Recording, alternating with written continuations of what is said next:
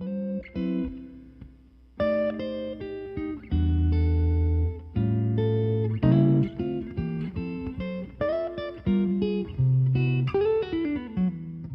trying to just process the sentence of disgraced ex-cop, former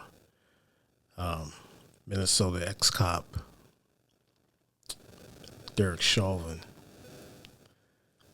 Um, I believe I did see that through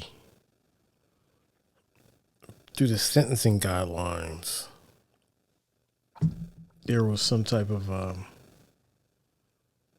hmm, um,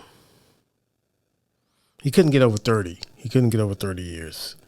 That was the maximum time he was allowed by the law, by um, I guess by his record or whatever.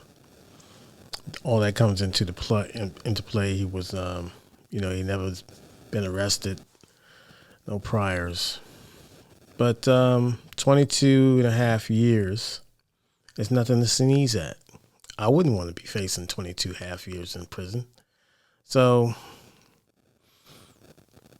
he's gotten sentenced, and I'm square with it.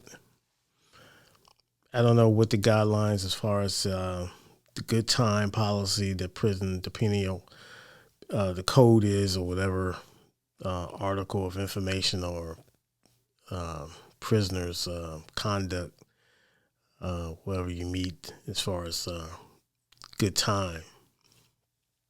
But it's still 22 and a half years. And,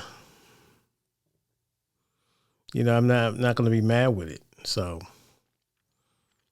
it's a disgraceful act of murder in my eyes and many others' eyes. So,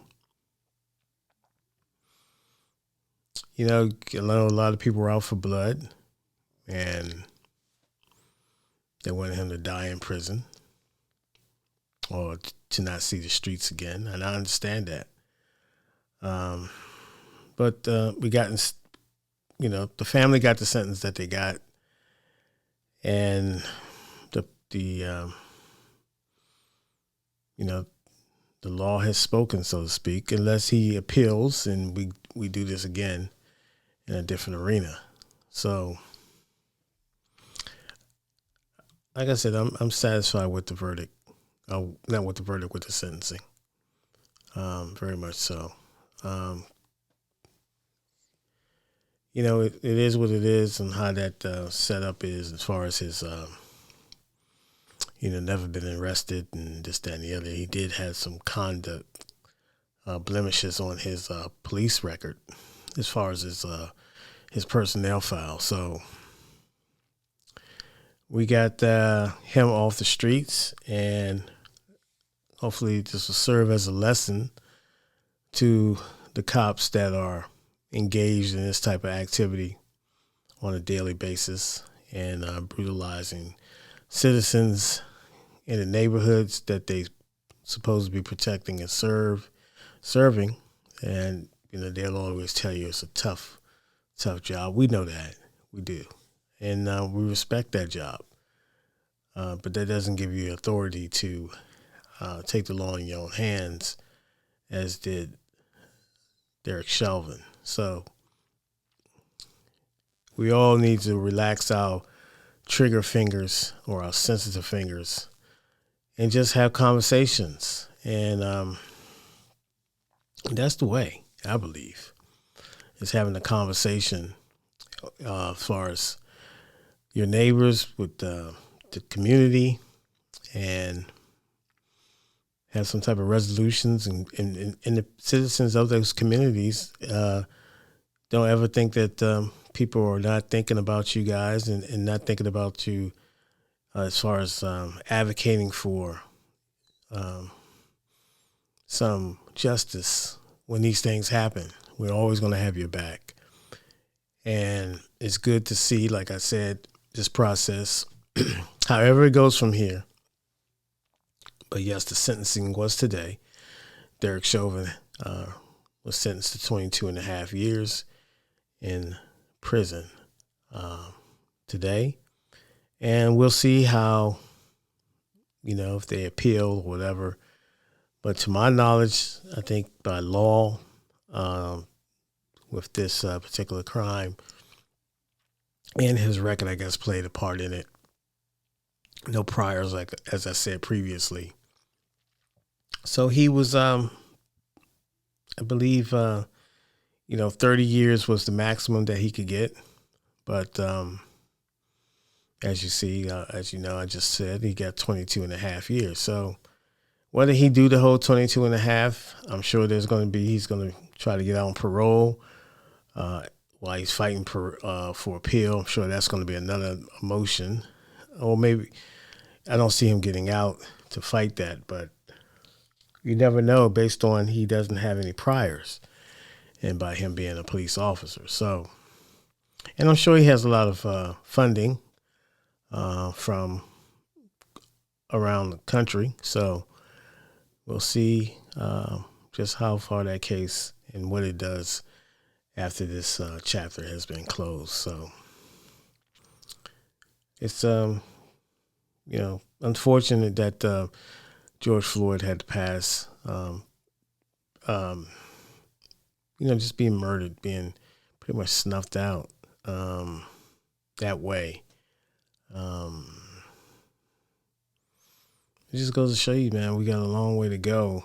And this whole process of the chain of events that happened, the protests of last summer, and you still have protests, you still have advocates, and there's still a George Floyd,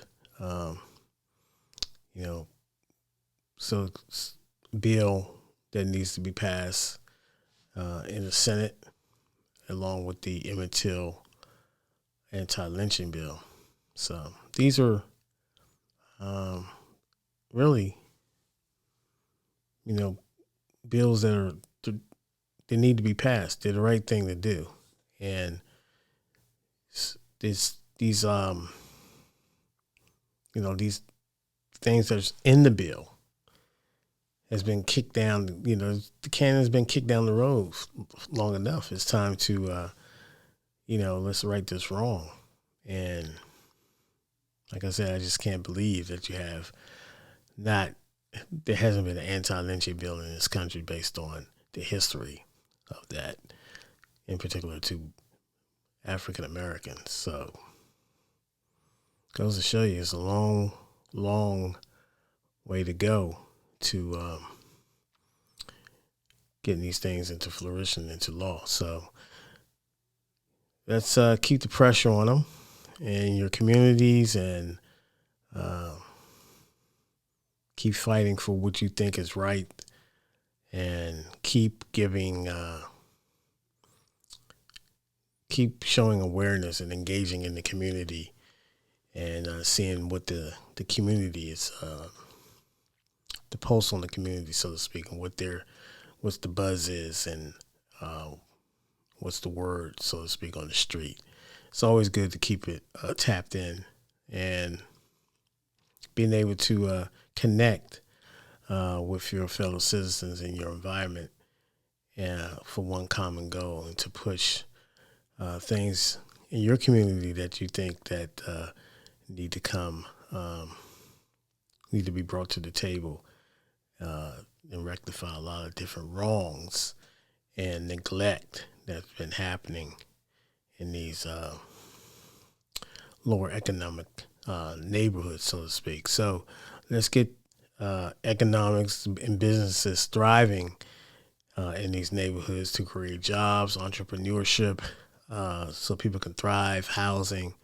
There's a lot of things we need to do just to have the basics to go out here to succeed. And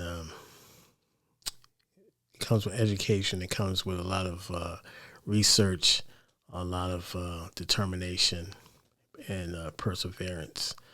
And so there's no escaping the work. It's just a matter of, grasping it, retaining the information, being able to apply it. You have to be able to network, going through the basis of acquiring a trade name or a trademark, and